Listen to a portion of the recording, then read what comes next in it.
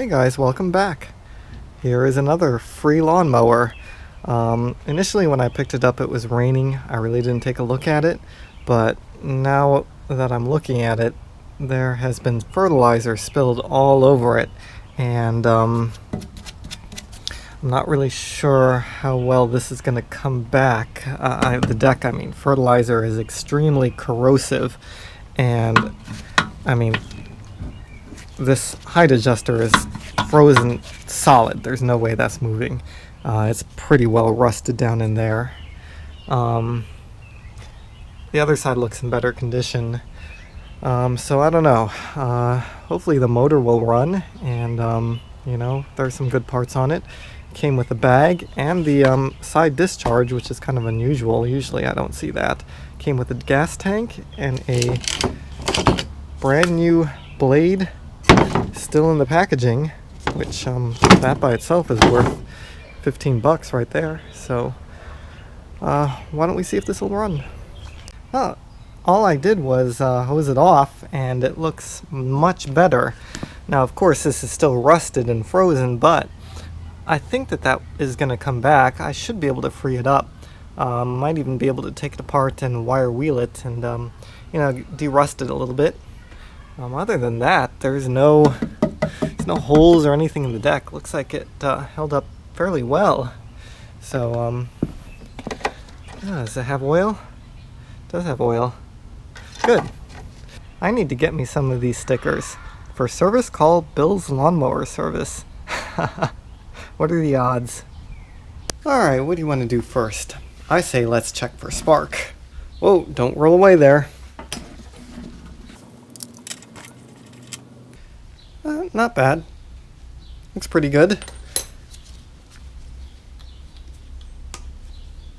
Alright, how am I going to do this so I can see it, you can see it, we all can see it?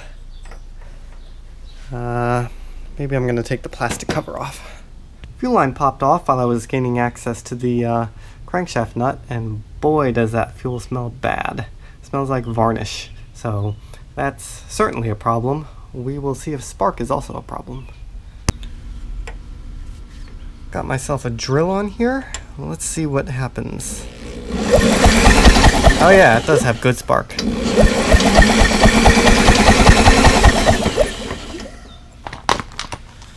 At this point, I see no reason why we should not do a compression test. Oh, losing pieces here. So I have the drill out, and I'm spinning it fast.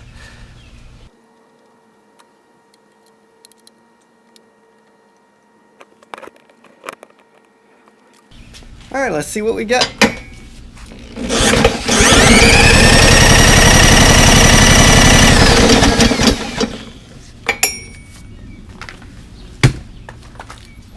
Wow, that may be one of the highest I've ever gotten. 130, a little more than 130, almost 135 psi. That is really good. I think this thing is going to run really nicely. At this point, I know it will run. It has spark, and it has really good compression. I know it doesn't have fuel. The fuel is really nasty. I think for the sake of this video, I'm going to shoot some juice into the spark plug hole and make it fire over, just for the video's sake.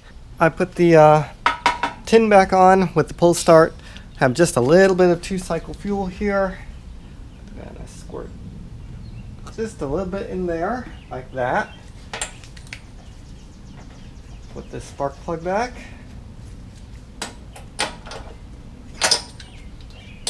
And let's see if she'll go.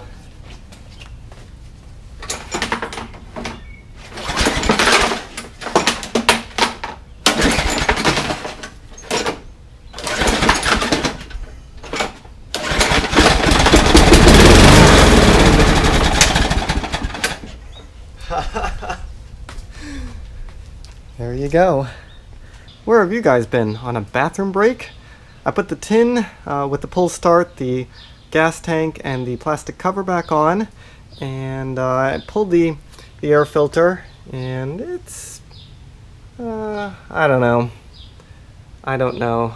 This probably can be reused. I can probably clean it up. It's not that bad, so I'll deal with that later. In the meantime, what I really want to do is pull the carb bowl off and just see what is in there, see how much varnish is in there, see what the jet looks like and all of that, and that's going to determine whether I take the carb off or not. I really don't want to take the carb off because I don't have gaskets for this thing, and if they rip, then that'll be that until I order new gaskets. So maybe you guys can watch. I think I'm gonna... How's that for a stand? Old pull start box and some 2x4s. You know what? I think that's gonna work. Alright, let me get some wrenches. Alright, I'm gonna use my favorite 1/2-inch offset box wrench to hopefully pull this carb bowl off. Let's see, which way do I turn? That way. Not a lot of room.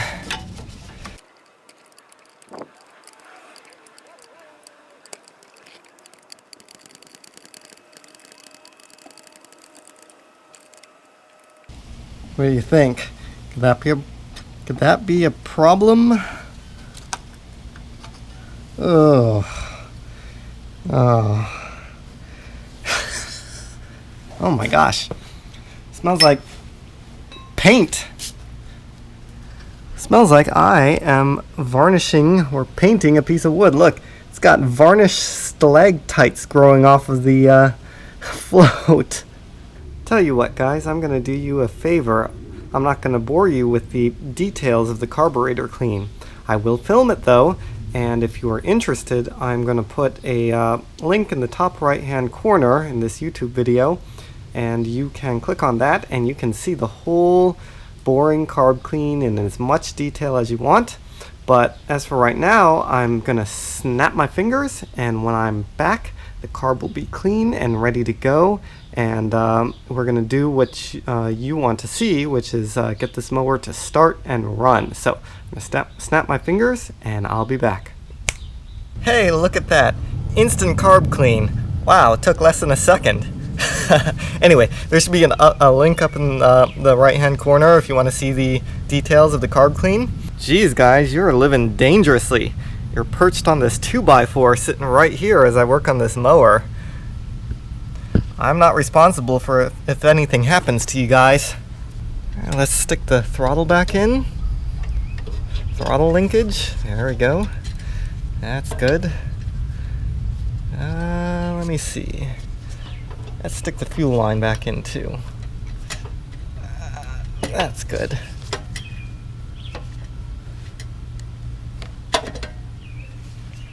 And we'll put some bolts in here.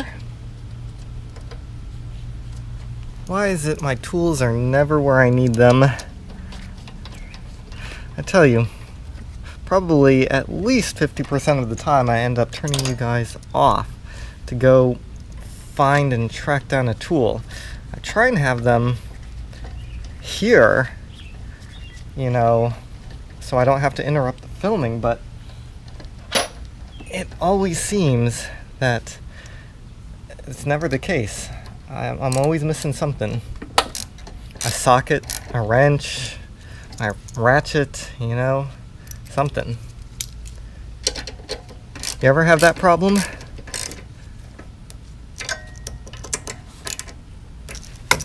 Oh yeah, and before I put this on, this engine has a primer bulb, so with these primer bulb engines, you want to make sure that this passage is in here is clear, and that little hole down there is clear, because that is actually what sends a little pulse of air into the carburetor and forces gas up through the emulsion tube when you go to prime it. So that's how that works. So you want to just make sure that's clear. Now let me put this thing back on, and then get to the part that you guys are all waiting for. That's starting it. Hey, look at that. Parts tray is empty. That means I have everything back on the mower, and I always forget this.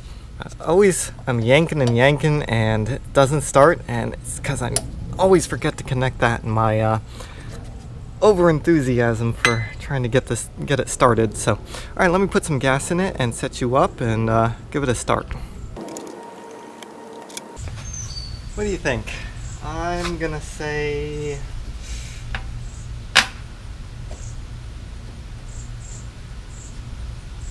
it's not priming, it seems.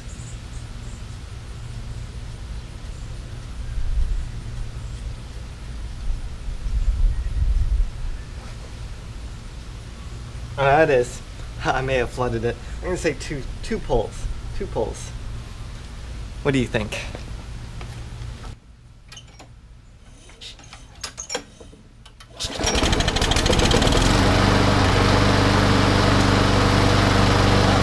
One pull. How about that?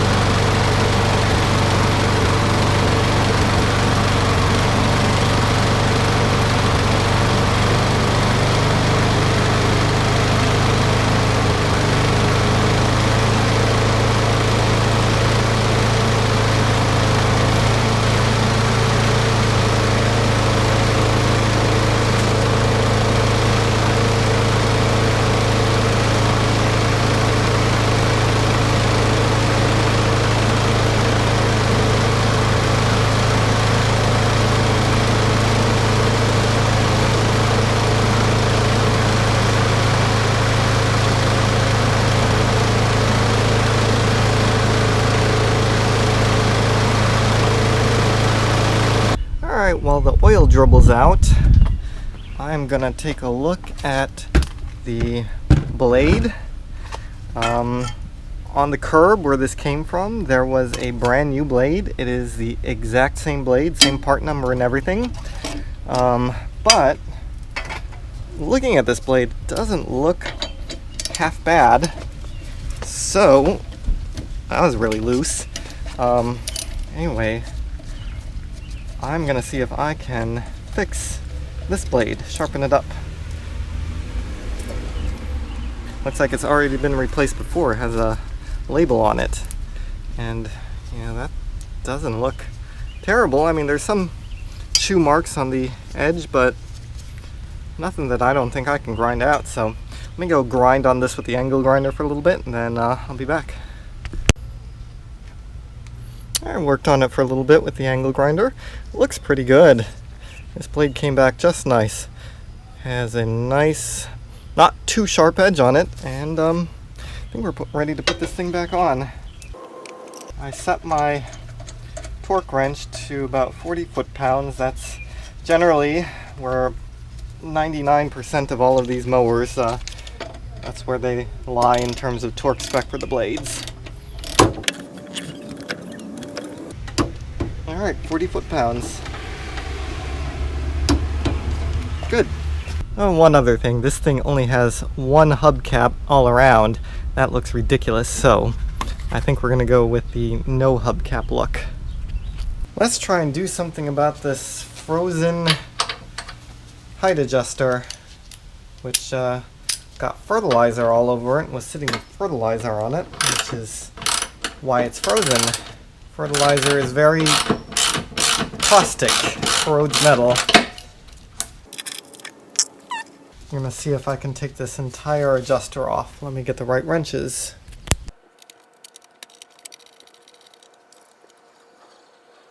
Alright, let's see what we can do about these.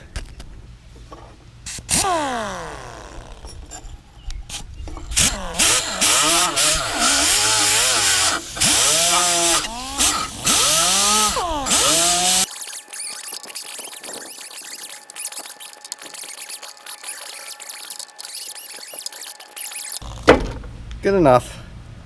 Did you notice the air compressor never went on once while I was using the die grinder. It's because I was using the reserve air tank. It works pretty well, I have to say. It was very nice. Let's see. Oh, I forgot. This has to go like that. That.